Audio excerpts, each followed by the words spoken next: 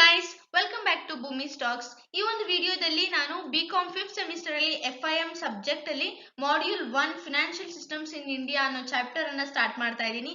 And ಇನ್ನು ಯಾರಾದ್ರೂ ನನ್ನ ಚಾನೆಲ್ ಅನ್ನ ಸಬ್ಸ್ಕ್ರೈಬ್ ಮಾಡ್ಕೊಂಡಿಲ್ಲ ಅಂತಂದ್ರೆ ಈಗಲೇ ಸಬ್ಸ್ಕ್ರೈಬ್ ಮಾಡ್ಕೊಂಡು ವಿಡಿಯೋನ ಕಂಟಿನ್ಯೂ ಮಾಡಿ.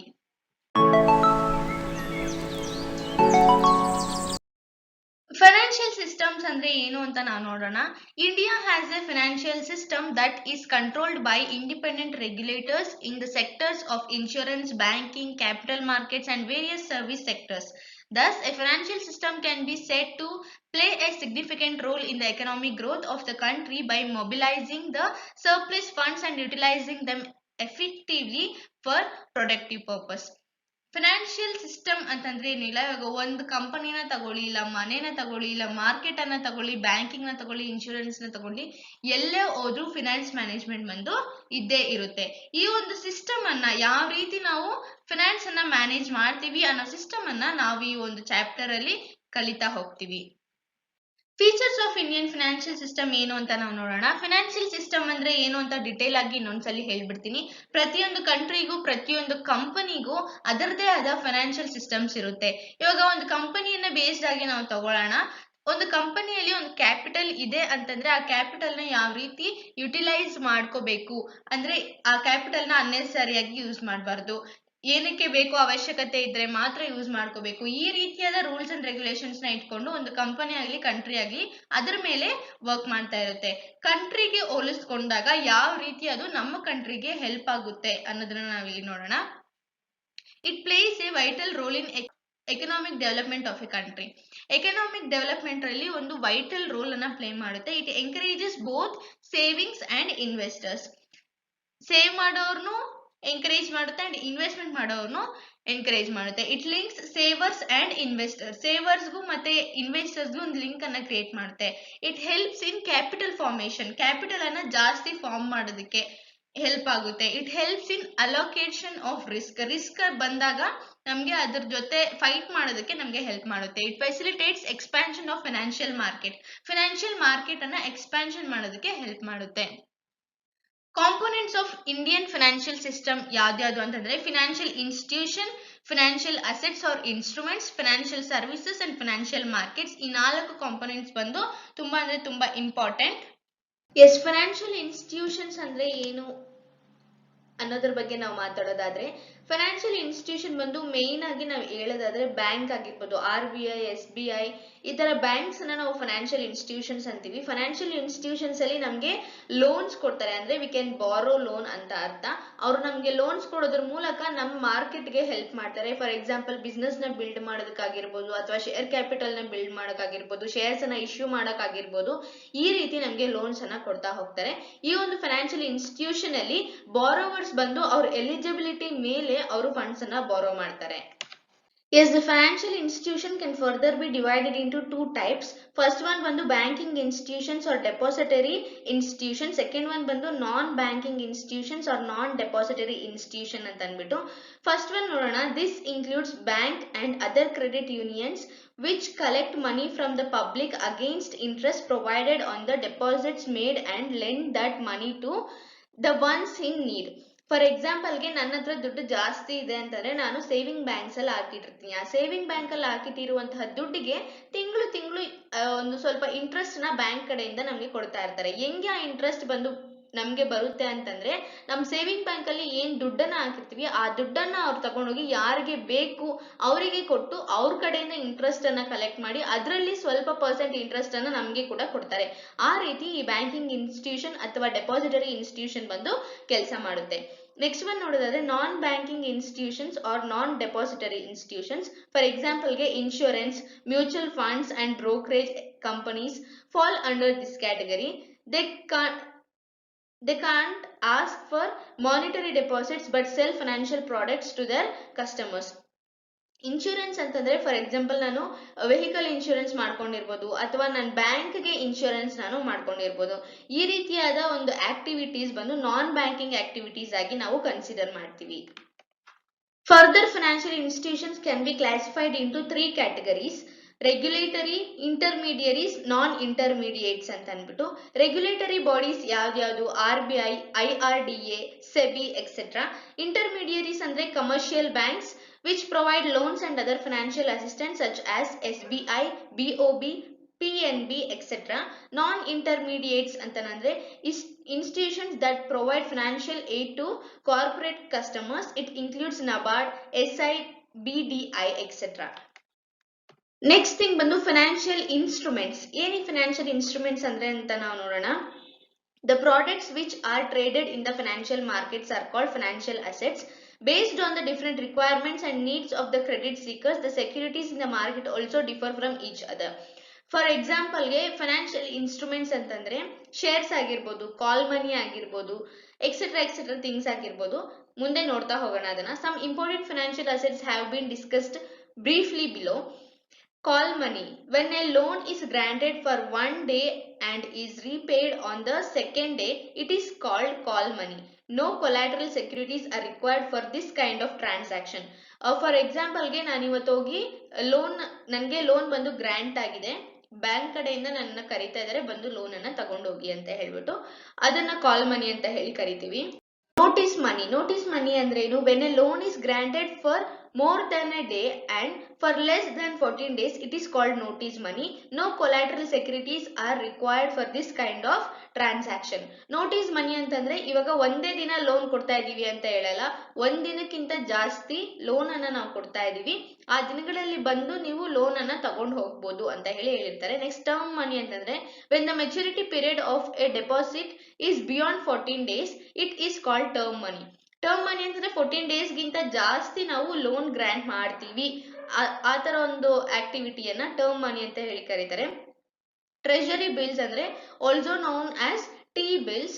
These are government bonds or debt securities with maturity of less than a year. Buying a T-bill means lending money to the government.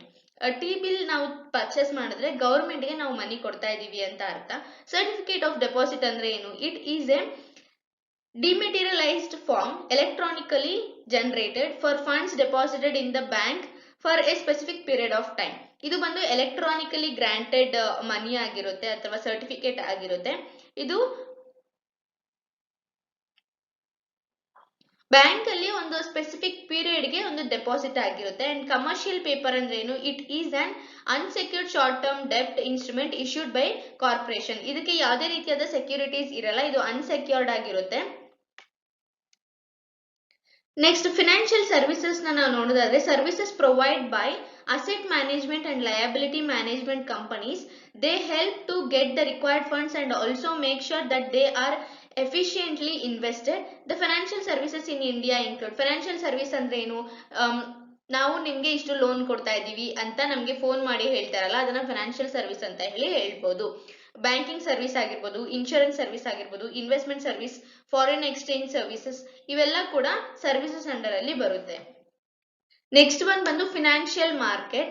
The marketplace where buyers and sellers interact with each other and participate in the trading of money, bonds, shares and other assets is called financial market. Financial market ಅಂದ್ರೆ ಏನು ಇಲ್ಲ, shares ಆಗಿರ್ಬೋದು, bonds ಆಗಿರ್ಬೋದು, mutual funds ಆಗಿರ್ಬೋದು, ಬೇರೆ ಯಾವುದೇ transaction man to man ನಡೆಯೋದು ಅಥವಾ ಬೈಯರ್ ಅಂಡ್ ಸೆಲ್ಲರ್. ಇವಾಗ ನಾನು ಶೇರ್ಸ್ ಅನ್ನ ಸೆಲ್ ಮಾಡ್ತಾ ಇದ್ದೀನಿ ಅಂತಂದ್ರೆ ಇನ್ನೊಬ್ರು ಬಂದು ಬೈ ಮಾಡ್ತಾರೆ, ಅದನ್ನ ಟ್ರೇಡಿಂಗ್ ಆಕ್ಟಿವಿಟಿ ಅಂತ ಹೇಳಿ ನಾವು ಕರಿತೀವಿ. ಅದು ಫೈನಾನ್ಷಿಯಲ್ ಮಾರ್ಕೆಟ್ ಅಲ್ಲಿ ನಡೀತಾ ಇರುತ್ತೆ. ಇದರಲ್ಲಿ ಮೇನ್ ಬಂದು ಕ್ಯಾಪಿಟಲ್ ಮಾರ್ಕೆಟ್ ಮತ್ತೆ ಮನಿ ಮಾರ್ಕೆಟ್ ಅಂದ್ಬಿಟ್ಟು. ಕ್ಯಾಪಿಟಲ್ ಮಾರ್ಕೆಟ್ ಮತ್ತೆ ಮನಿ ಮಾರ್ಕೆಟ್ ಬಗ್ಗೆ ನಾವು ಇನ್ ಡೀಟೇಲ್ ಆಗಿ ನೆಕ್ಸ್ಟ್ ಚಾಪ್ಟರ್ಸ್ ಅಲ್ಲಿ ಕಲ್ತ್ಕೋತಾ ಹೋಗ್ತೀವಿ. Capital market ಅಂದ್ರೆ ಏನು? Designed to finance the long term investment. The capital market deals with the transaction which are taking place in the market for over a year. The capital market can further be divided into 3 types: corporate security market, government security market, long term loan market. Capital market ಅಂತಂದ್ರೆ ಬೇರೆ ಏನು ಇಲ್ಲ, long term loan ಕೊಡೋದನ್ನ capital market, ಅಥವಾ ಒಂದು share ಬಂದು long term ಅಲ್ಲಿ ಇರುತ್ತೆ, ಲಾಂಗ್ ಟರ್ಮ್ ಇನ್ವೆಸ್ಟ್ಮೆಂಟ್ ನಾವು ಮಾಡ್ಬೋದು ಅಂತಂದ್ರೆ ಅದನ್ನ ಕ್ಯಾಪಿಟಲ್ ಮಾರ್ಕೆಟ್ ಅಂತ ಹೇಳಿ ಕರಿತೀವಿ. ಬಟ್ ಮನಿ ಮಾರ್ಕೆಟ್ ಅಲ್ಲಿ short term may be 6 months ಆಗಿರ್ಬೋದು, 1 year ಒಳಗಡೆನೆ ಇರುತ್ತೆ. 1 year ಮೇಲೆ ಹೋಗೋದೆಲ್ಲ ಕ್ಯಾಪಿಟಲ್ ಮಾರ್ಕೆಟ್ ಅಲ್ಲಿ ಬರುತ್ತೆ, 1 year ಗೆ ಕೆಳಗೆ ಇರೋದೆಲ್ಲ ಮನಿ ಮಾರ್ಕೆಟ್ ಅಲ್ಲಿ ಬರುತ್ತೆ. ಮನಿ ಮಾರ್ಕೆಟ್ ಅಂತಂದ್ರೆ mostly dominated by government banks and other large institutions, the type of market is authorized for small term investments only. It is a wholesale debt market which works on low risk and highly liquid instruments. The money market can further be divided into two types, organized money market and unorganized money market. Money market ಹೆಂಗೆ ಅಂತಂದ್ರೆ short term ಆಗಿ work ಮಾಡುತ್ತೆ, short term investments ಗೆ ತುಂಬಾ ಒತ್ತನ್ನ ನೀಡುತ್ತೆ. ಇದರಲ್ಲಿ organised ಮತ್ತೆ unorganised ಮನಿ markets ಇದೆ. ನೆಕ್ಸ್ಟ್ ಫಾರಿನ್ ಎಕ್ಸ್ಚೇಂಜ್ ಮಾರ್ಕೆಟ್ ಏನು ಅಂತಂದ್ರೆ one of the most developed market across the world. The foreign exchange market deals with the requirements related to multi-currency. The transfer of funds in this market takes place based on the foreign currency rate.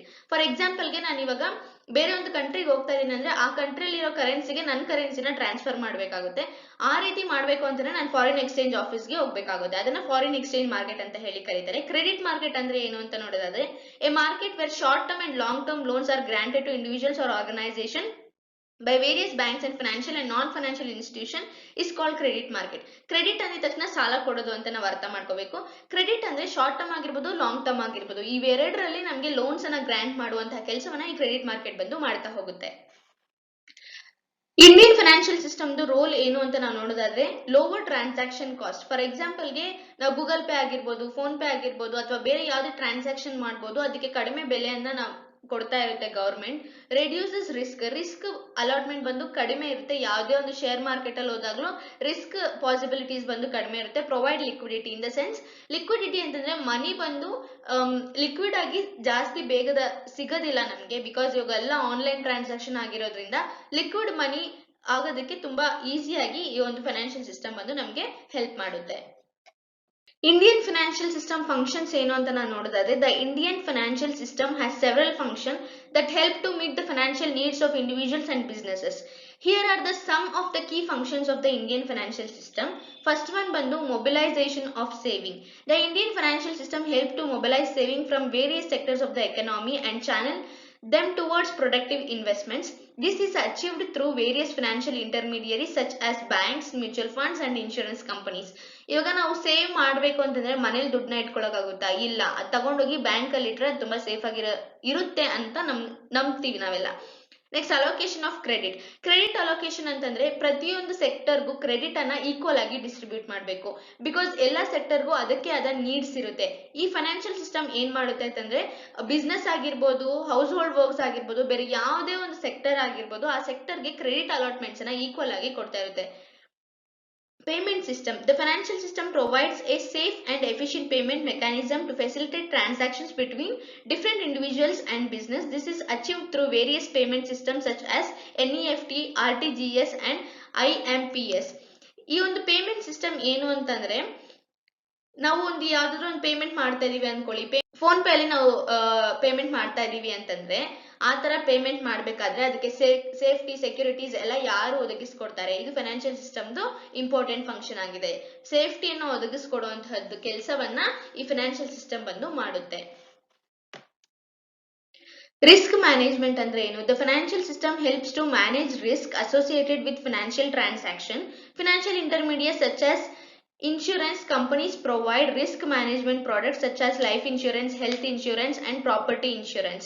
ಇವಾಗ future ಅಲ್ಲಿ ನಡೆಯುವಂತಹ ಅನ್ಸರ್ಟನಿಟಿಯನ್ನ ಹೆಂಗೆ predict ಮಾಡಿ ನಾವು risk ಅನ್ನ avoid ಮಾಡ್ಕೊತಾ ಹೋಗ್ತೀವಿ ಅನ್ನೋದು ಈ ಒಂದು ರಿಸ್ಕ್ ಮ್ಯಾನೇಜ್ಮೆಂಟ್ ಆಗಿದೆ. ಇನ್ ದ ಸೆನ್ಸ್ ಫೈನಾನ್ಷಿಯಲಿ ಆಗಿ ನಾವು ಯಾವ ರೀತಿ ಅದನ್ನ ಮೇಂಟೈನ್ ಮಾಡ್ಕೊಂಡು ಹೋಗ್ತೀವಿ ಅನ್ನೋದ್ರ ಬಗ್ಗೆ ಈ ರಿಸ್ಕ್ ಮ್ಯಾನೇಜ್ಮೆಂಟ್ ಆಗಿದೆ.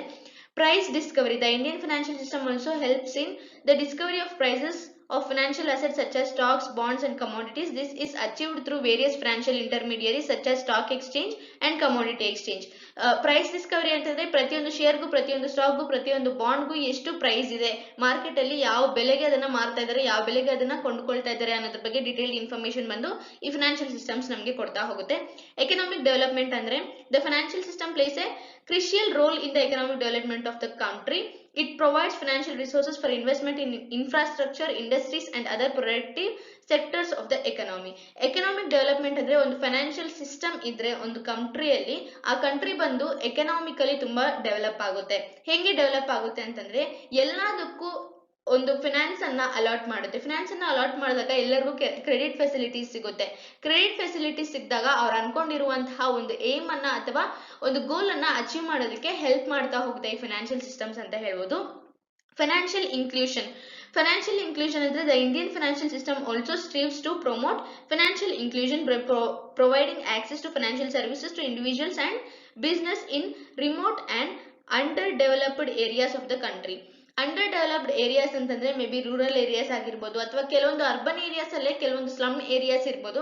ಈ ಒಂದು ಸ್ಲಮ್ ಏರಿಯಾಸ್ಗೆ ಕ್ರೆಡಿಟ್ ಫೆಸಿಲಿಟಿಯನ್ನ ಕೊಟ್ಟು ಅವರು ಮೇಲೆ ಬರುವಂತಹ ಒಂದು ವ್ಯವಸ್ಥೆಯನ್ನ ಈ ಒಂದು ಫಿನಾನ್ಷಿಯಲ್ ಸಿಸ್ಟಮ್ ಮಾಡಿಕೊಟ್ಟಿದೆ ಅಂತ ಹೇಳ್ತಾ ಇದ್ದಾರೆ. ಈ ಒಂದು ಚಾಪ್ಟರ್ ಕಂಟಿನ್ಯೂಯೇಷನ್ ಬಂದು ನಾನು ನನ್ನ ನೆಕ್ಸ್ಟ್ ವಿಡಿಯೋದಲ್ಲಿ ಮಾಡ್ತಾ ಹೋಗ್ತೀನಿ. Thank you so much for watching this video. Let's meet in our next video. Until then bye bye and don't forget to subscribe my channel.